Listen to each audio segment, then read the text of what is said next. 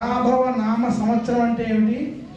అసలు ఈరోజు ఉగాది పంచాంగ శ్రవణం ఇంద్రప్రస్థ క్షేత్రమైనటువంటి పాండవులు పరిపాలించినటువంటి ఈ ఢిల్లీ క్షేత్రంలో వినడం వల్ల మనకి కలిగేటువంటి ప్రయోజనం ఏమిటి అనేటువంటి విషయాలని మనం ముందుగా తెలుసుకుని దాని తర్వాత పంచాంగ శ్రవణంలోకి వెళ్దాం.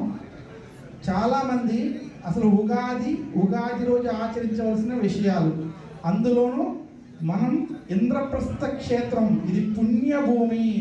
ఈ భూమిలో ఉగాది రోజు పంచాంగ శ్రవణం చేయడం ఎంత అదృష్టమో, ఈ అదృష్టాన్ని కలిగించినటువంటి ఆ భగవంతుడికి, ఏపీ భవన్ యొక్క స్టాఫ్ యాజమాన్యానికి అందరికీ ధన్యవాదాలు తెలియజేస్తూ కార్యక్రమం ప్రారంభం చేస్తున్నాను.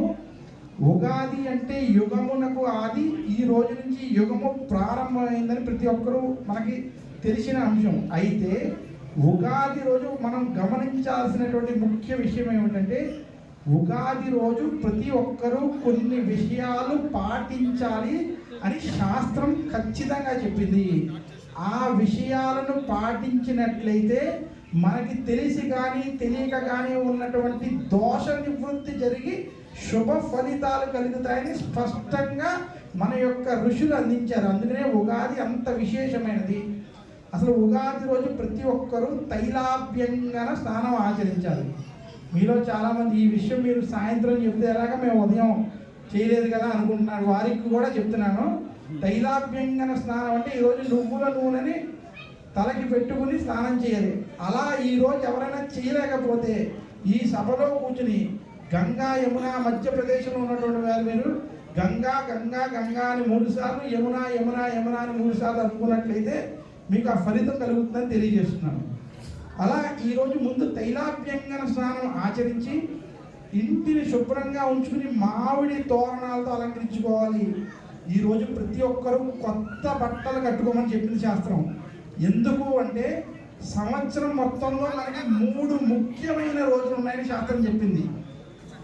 1 చైత్రమాస శుక్లపక్ష పాడ్యమి ఉగాది, 2 వైశాఖ మాస శుక్లపక్ష తదియ అక్షయ తృతీయ, 3 ఆశ్వయుజ మాస శుక్లపక్ష దశమి.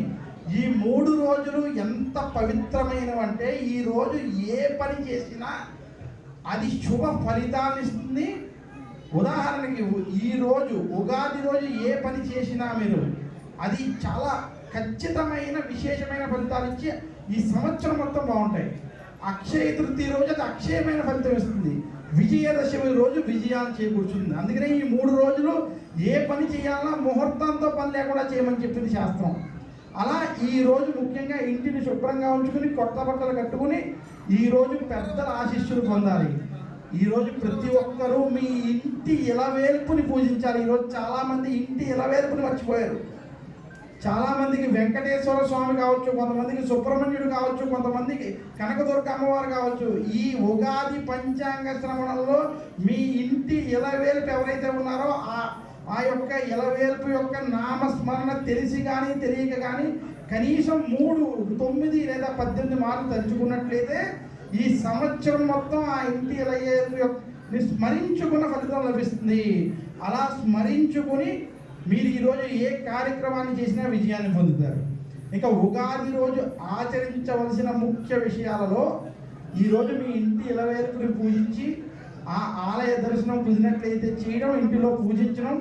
అలాగే ఈరోజు ఉగాది పచ్చడిని ఏదైతే షడ్రుచులతో మనం తయారు చేసుకుంటామో అది ఆ భగవంతుడికి నివేదన చేసి అది ఆశీర్వచనంగా భావించి స్వీకరించాలి.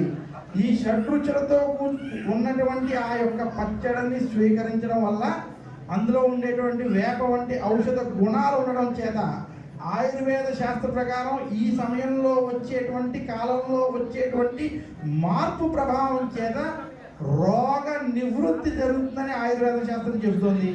అందుకనే మన మహర్షులు ఋషులు ఎంత దూరం ఆలోచించి ఉగాది పర్వదినాన్ని మనకి అందించారనేటువంటి ఈ గొప్ప విషయాన్ని మనం తెలుసుకోవాలి.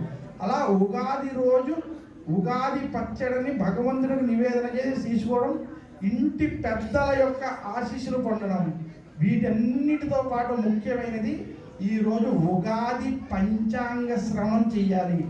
ఎందుకు ఉగాది రోజు ఉగాది పంచాంగ శ్రవణం ఆచరించాలి అంటే, ఈ రోజుల్లో ఇంటిలో ఒక నలుగురు ఉన్నా, ఐదుగురు ఉన్నా, 10 మంది ఉన్నా, ప్రతి ఒక్కరికి మన 5 వేలు ఎలా ఉండవో అందరి గ్రహస్థితులు ఒకలా ఉండవు.